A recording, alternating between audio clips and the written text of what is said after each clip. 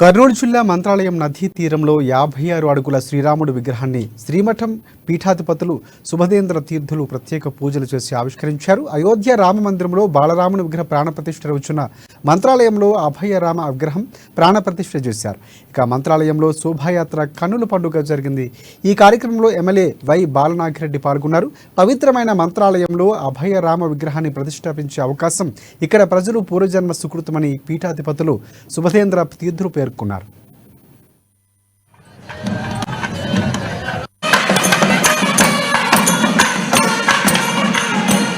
అదే రోజే మంత్రాలయంలో అభయ శ్రీరామ ప్రతిష్ఠ అనేటువంటిది ఒక ఐతిహాసిక ఒక ఘట్టంగా మనం భావించాలి అని చెబుతూ అందరికీ మనం స్వామి ఆశీస్సులు అనుగ్రహాన్ని తెలుపుతూ అందరికీ శుభాన్ని కోరుతున్నా. భవ్య అభయ రామమూర్తి ఇక్కడ ఈరోజు సాంకేతిక పూజలు అందుకుంటున్నారు.